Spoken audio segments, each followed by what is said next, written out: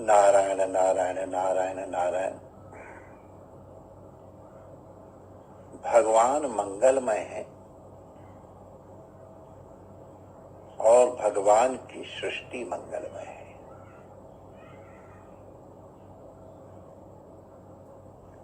सृष्टि में जो कुछ भी है वो सब मंगलमय है। परिस्थिति के अनुरूप या आदर्श प्रारब्ध देश काल के अनुरूप वो प्रतीत किस तरह से हो वो अलग बात है। एक हमारे संत थे परमहंस, अब उनका भौतिक विग्रह तो नहीं है, उनकी स्मृति हमारे हृदय में है। विचित्र महापुरुष। कोई आए, बाबा हमारे पेट में दर्द है, तो जहां बैठे हैं वहीं पर उठा करके और ऐसे घास को उठा के मसल के ले जा गोद के पी लेना जाके। अभी हमारे काशी के बाहर एक महात्मा हम लोग थे कुछ दिनों पहले तक, वो 3 दवाई एक शीशी रखी थी, बस उसी को ऐसे मिला के दे देते थे, सब ठीक हो जाते थे। भीड़ रखती थी। तो इन महात्मा के पास चाहे कोई रोगी आवे और घास उठा करके और उसको हाथ से रगड़ करके दे देते, जा ले लो, जा ठीक हो जाओगे।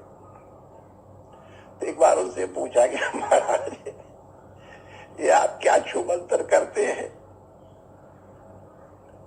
ले जो आता उसको वही घास वही है, और किसी का पेट में दर्द ठीक हो रहा है और किसी का सिर में दर्द ठीक हो रहा है, किसी के और कुछ हो रहा है।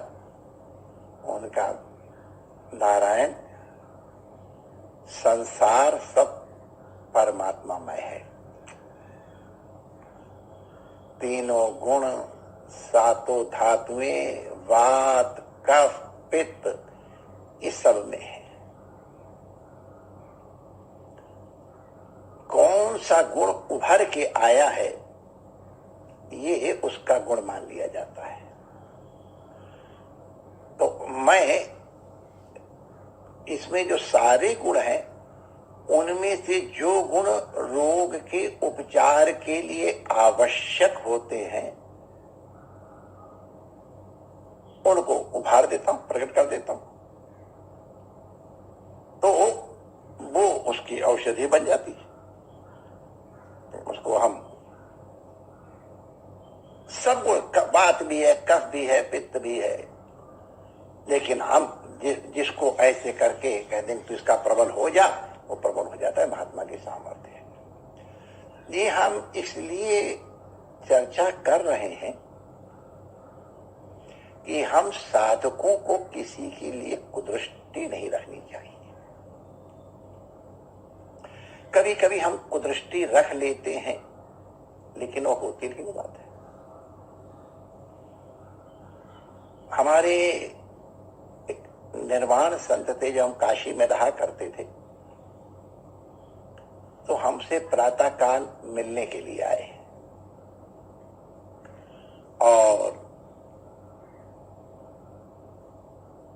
अब हम शिव जी का अभिषेक कर रहे थे, लेकिन वो संत आए निर्वाण, तो मैंने हमारे गुरुजी ने सिखाया था कि मुंह से अधिक संत कर लेखा। तो मैंने शिव जी के अभिषेक की श्रृंगी ऐसे कर नीचे रख दी और उस संत को प्रणाम किया और मैंने कहा, निर्वाण जी क्या लोगे? कुछ गर्म पियोगे, ठंडा पियोगे? उसमें तो और कोई था नहीं, हम ही स्वयं दासस तपस्वी ना, हम अकेले थे, हमें को सब करना था। तो उन्होंने मेरे हाथ में ऐसे हाथ जोड़े, तो मेरे दोनों हाथ ऐसे पकड़ के बैठे, गुरु ये खाना पीना तो जिंदगी भर लगा रहेगा, आओ मैं तुमको वो दे रहा हूं जिसने मेरी जिंदगी बदल दी है, तुम सुन लो, तुम्हारी जिंदगी बदल जाएगी। हमको संतोष थोड़ा बढ़िया, अरे वाह महाराज आप अद्भुत है, मैं कृतार्थ हुआ, सुनाओ। तो उन्होंने कहा कि गुरु तुमसे मिलने के लिए आज मैं उस पार से आ रहा था,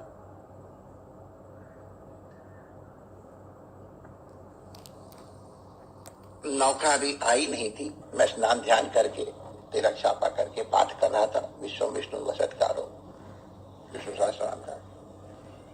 एकांत था को, तब तक कुछ और लोग आ गए। मैं पाठ कर रहा था तो देखा एक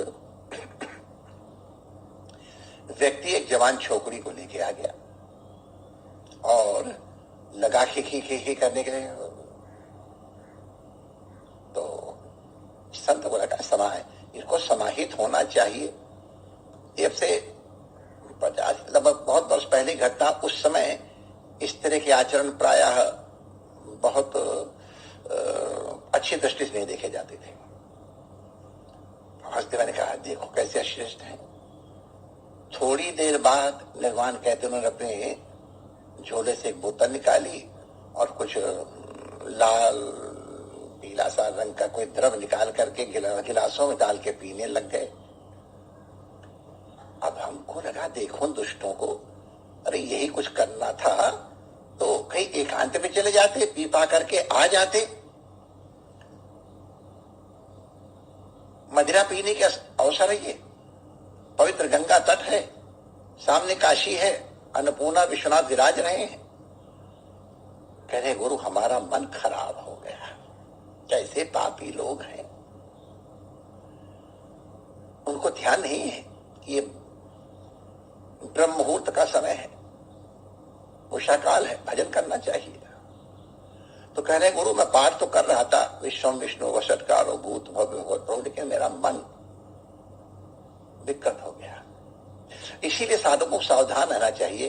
कभी कोई इस तरह का दर्शन हो तो वहां से आंखें हटा ले, अपना चित्त हटा ले, वरना वो अगर हृदय में बैठ जाता है और हृदय में तदाकाराकारित वृत्ति हो जाती है तो भगवान वहां से हट जाते हैं। इसलिए जो वस्तु भगवत दर्शन में भगवदाकार वृत्ति में बाधक हो उससे अलग रहना चाहिए। साधक को सबको ध्यान रखना चाहिए, घर में हो, रण में हो, वन में हो, कहीं भी हो, हृदय तुम्हारे हाथ में है, उसको पवित्र रखना, अपवित्र करना तुम्हारे ऊपर है। तो खैर नाव आई, लोगों ने आदर संत को आगे बैठाया, संत आगे बैठ गए जाकर के, और लोग बैठे तब तक वो दोनों आ गए, वो संत के पास ही बैठने लग गए। संत ने सोचा ये ऐसे अपवित्र व्यक्तियों के संग नहीं बैठना चाहिए, इनका परमाणु अच्छे नहीं है। तो सरक गए, वो सरके तो और नजदीक आ गए। तो संत ऐसे आकर लेके गए उसे, मूल में बैठे वो कहा तो नहीं लेकिन आंखों लेके। तो संत की आंखों की तरफ देख कर कहते हैं बेटा इन संतों को प्रणाम करो, तुम्हारा कल्याण होगा। संत कहते मैं तो ऐसे मेरी आंखें भक्क हो गई। अरे ऐसे करके वो उसकी तरफ मुझे बेटा कह रहा है, अभी तो शंखलिता कर रहा था और शराबें पी रहा था, अब कह रहा बेटा। तो वो व्यक्ति मुस्कुरा कहता महाराज जी आप उसको क्या बोलो, महाराज के मन में क्या है। लेकिन जो समझ गए इनको आचरण का, महाराज जी मेरी पुत्री है, इधर पूरब में जल्दी ब्याह हो जाता है, मेरा जल्दी ब्याह हो गया, महारानी जल्दी आ गई, तो हमारी इनकी आयु में बहुत भेद नहीं है, और इसीलिए अब बाप बेटी तो जरूर है, लेकिन हम लोग मित्र ज्यादा है। बड़े प्रेम से बहुत दिनों बाद मिली, आज हम अत्यंत आनंद में, इसीलिए हम लोग खेल रहे थे। बचपन में एक बार इसको बुखार आया तो संतरे का रस मांग रही थी, मैंने नहीं दिया था, तो कहती जाओ मैं तुम्हारी बेटी नहीं बनूंगी, माँ की बेटी बन जाऊंगा, भाई तुम्हारी खुट्टी। तो आज बाबा इसको जब संतरे का शरबत पिला रहा था तो वह क्या क्यों रही मेरी बेटी बनेगी कि मैया की बेटी बनेगी, अरे बाबा जाओ।